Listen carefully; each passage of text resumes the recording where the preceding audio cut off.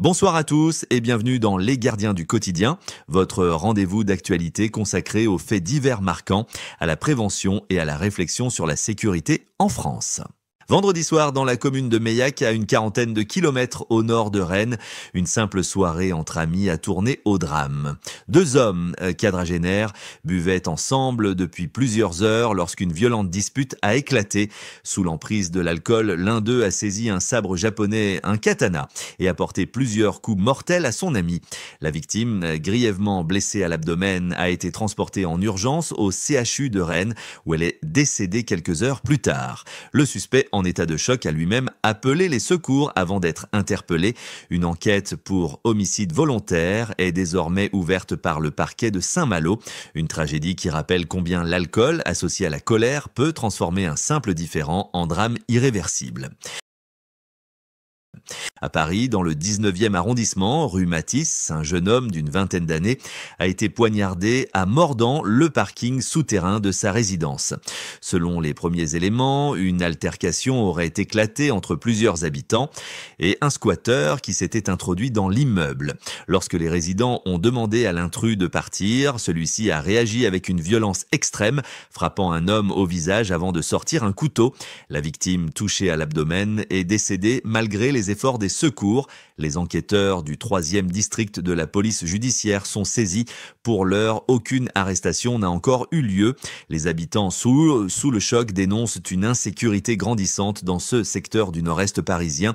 Une tragédie de plus qui interroge sur la gestion des squats, la sécurité dans les résidences et la multiplication des violences gratuites dans nos villes. Scène d'horreur, ce samedi matin, à bord d'un train Le Havre-Paris, un homme d'origine somalienne s'est mis à réciter des versets du Coran avant de menacer de tuer des chrétiens et des juifs. Les passagers terrorisés ont immédiatement alerté le personnel ferroviaire. Dès l'arrivée du train à Rouen, les forces de l'ordre sont intervenues et ont interpellé l'individu. Il a été placé en garde à vue pour apologie du terrorisme. Selon les premières informations, il s'agirait d'un acte isolé, mais dans un contexte de tension religieuse et de vigilance accrue en France. Les enquêteurs cherchent désormais à déterminer s'il souffre de troubles psychiatrique ou s'il est radicalisé. Cet incident rappelle la fragilité de la sécurité dans les transports publics et la nécessité d'une réaction rapide et coordonnée face à tout comportement menaçant. Les drames de la semaine à Martigues, dans les Bouches-du-Rhône.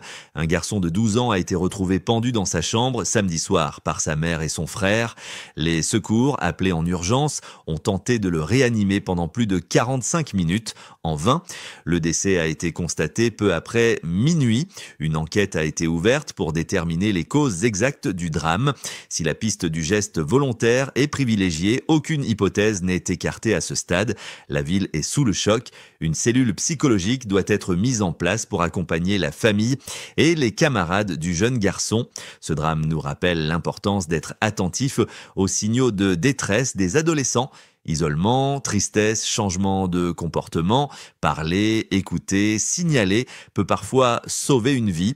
Chaque semaine, la France est secouée par des drames humains, des actes de violence ou de désespoir.